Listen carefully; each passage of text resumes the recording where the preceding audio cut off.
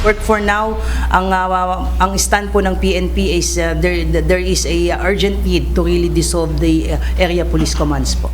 Inaprubahan na ng National Police Commission noong December 27, 2024 ang deactivation o pagbuwag sa Area Police Command bilang Special Support Unit ng Philippine National Police. Kabilang dyan ang Area Police Command Southern Luzon, Northern Luzon, Visayas, Eastern at Western Mindanao. Ayon kay Police Regional Office Street Director at PNP Spokesperson Police Brigadier General Gene Fajardo, base sa desisyon ng NAPOLCOM, nadodoble na ng APC ang trabaho ng mga regional headquarters. Kaugnay nito, nasa 26 na general at 158 na second-level officers ang maaapektuhan. Gayunman, sinabi ni Brigadier General Fajardo na hindi naman magkakaroon ng domino effect o epekto sa promosyon ng ibang senior officers ng PNP ang posibleng pagtambak o pagdigsa ng mga general at iba pang opisyal ng pambansang pulisya mula sa lulusawing Area Police Command.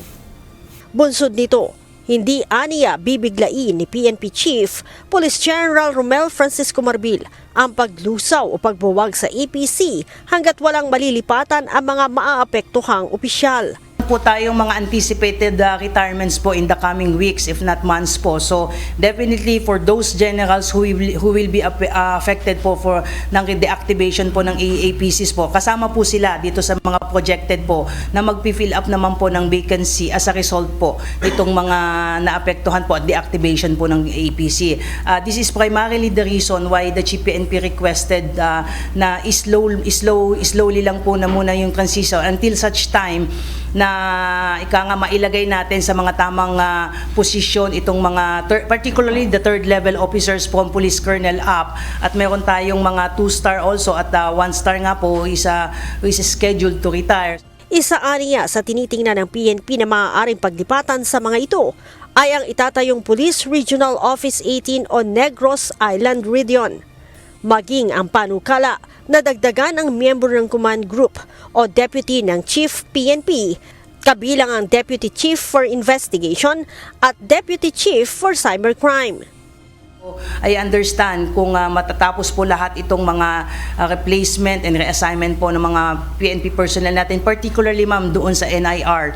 Sa NIR alone ma'am, malaki po yung bilang na po pwede pong ma-accommodate po doon na third level, including po the RDs, the deputies, and even yung mga provincial directors and regional staffs. These are positions that should be occupied by a third level officers. Doon naman po sa second level officers po, from patrolman to Lieutenant Colonel, wala po tayong magiging problema kasi malaki naman po yung variances na po pwede po nating paglaruan na figures, not only limited po sa NIR, may mga regions, even dito po sa NHQ po ay a few of them can be accommodated po.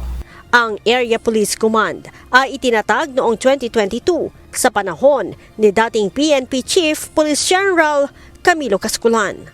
Leia Ilagan, UNTV News and Rescue. Diyos ang aming sandigan, serbisyo publiko ang aming pinahahalagahan.